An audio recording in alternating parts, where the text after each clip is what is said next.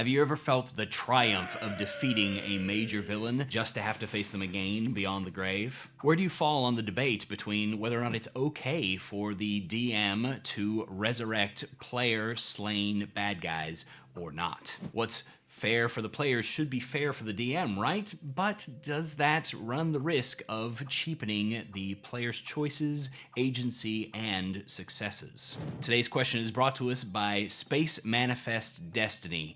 Thanks so much to you and to our tank class supporters who not only get to watch this video earlier than all the rest of you, but get to decide what it is that I'm musing upon every week. The resurrection debate is really a battle between two specific problems.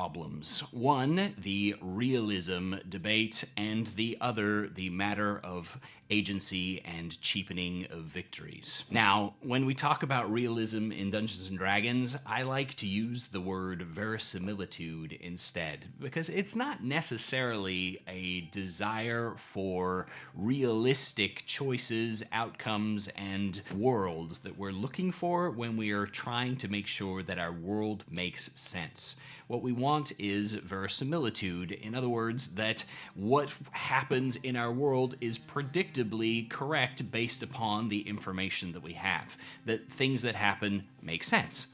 So the further we go down this path, the harder it can be for us to make good choices about gameplay, because good gameplay and good realism don't necessarily go in hand.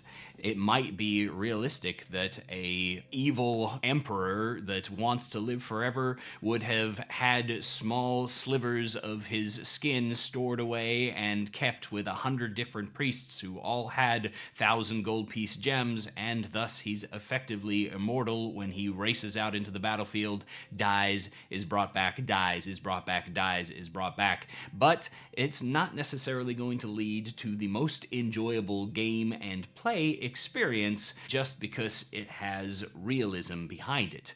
Now, while I personally think that might be a really epic story that could be told, if that's not what your players signed up for, and if they don't know that that's coming, then it doesn't feel realistic to them. It feels like the DM is just making choices that invalidate their own choices. It runs that solid risk of cheapening their victories. When it comes to player agency, sometimes I do think that we get a little bit too precious about the idea of taking away people's agency. Some of that is because some players have less tolerance for it than others, and it's important that we keep in mind what people are going to enjoy when we're running a game of Dungeons & Dragons, but it's also important that when we're playing in a game of Dungeons & Dragons, we realize that not everything is going to go our way, and not everything is going to be within our easy comfort zone, and that's okay. It's all right for us to step outside of what people feel comfortable with occasionally. Now, I'm certainly not saying that we should push things into a place that puts people into really uncomfortable situations, and it's important that we take into account the safety of our players at our table, and that we're not putting people into positions where they're so uncomfortable that it's actually painful or challenging for them. So please don't take this as any kind of push or encouragement towards making your players truly uncomfortable. When it comes to things like resurrecting bad guys, you're kind of darned if you do and darned if you don't when it comes to this battle between verisimilitude and player agency and their victories. And the reason for that is that if we just assume that these kinds of things don't happen, then we lose some verisimilitude of our world, because we suddenly make it to where even though there are all these powerful magical spells available to people in the world, only the players and those villains that they immediately butt up against have access to them. And that disconnect feels weird. But on the other hand, if we go all the way in the other direction, we end up with the problem we talked about earlier. And so finding a balance means looking at the story that you're trying to tell and basing your decision upon that story. Once you've decided that a villain should have access to this kind of magic and that it fits the story you're trying to tell and the story that your players are expecting, then it's time to start thinking about how to make it good. The first, foremost, and most important is my favorite word in Dungeons & Dragons, foreshadowing, also known as telegraphing your choices. By working on making sure that a resurrection spell being cast on the bad guy is not going to take your players by surprise, you are working towards creating a more enjoyable experience for them.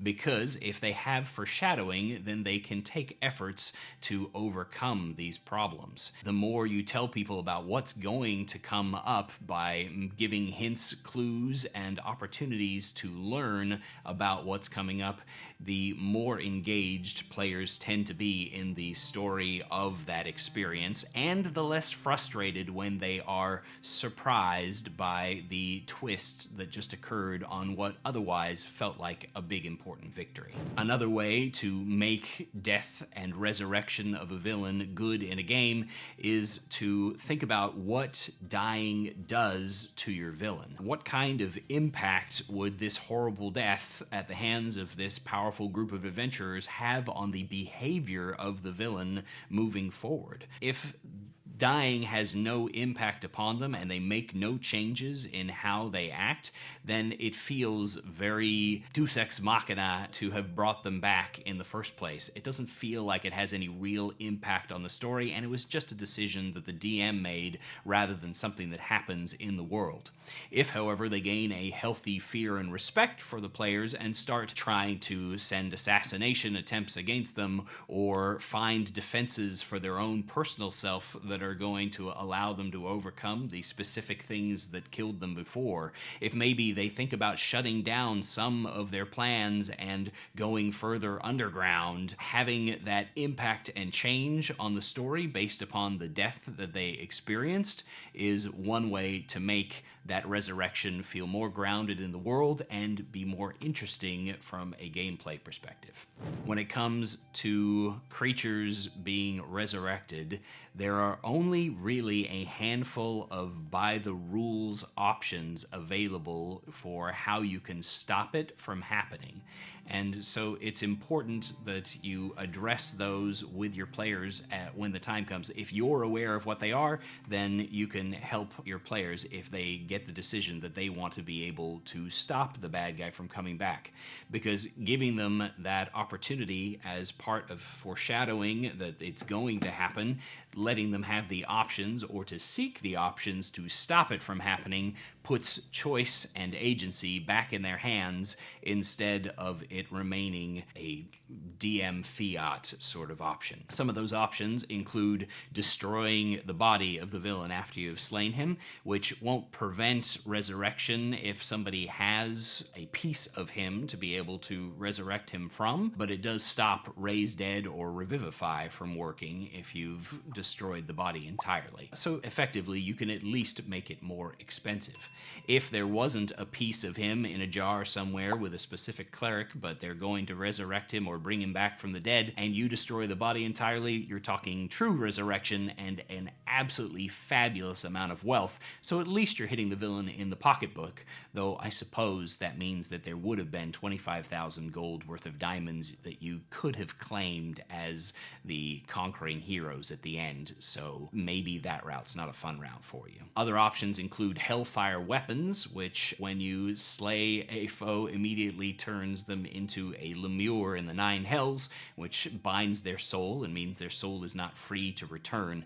That one's a little bit dark, but definitely an option. Raising somebody as undead is similarly a little bit dark, but it is stated in several of the spells that they can't be raised while they're undead, so you would at least have to destroy them as an undead in order to be able to get freedom to raise them again. There is some some soul magic in the player's handbook, like the Soul Cage spell, but most of them have fairly short durations or allow the soul to willingly move on, as in the Ring of Mind Shielding, and so those are not as written great options, but you could allow a variant kind of spell out there that your players could quest for, gather the ingredients for, and perhaps add to their repertoire. Alternatively, you could create a quest for the players to hunt down the cleric to make sure that he is not capable of casting that spell anymore, or to take away his components, including that sliver of the Emperor that he has tucked away for the time that you need it. These are just some of the ways that you can combat this,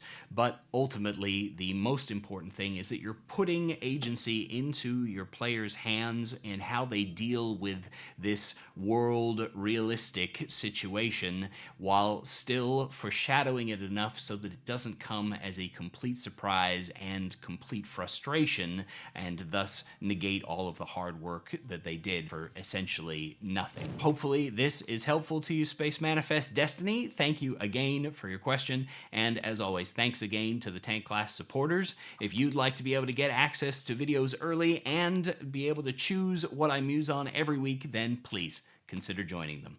Thanks for watching. Happy adventuring.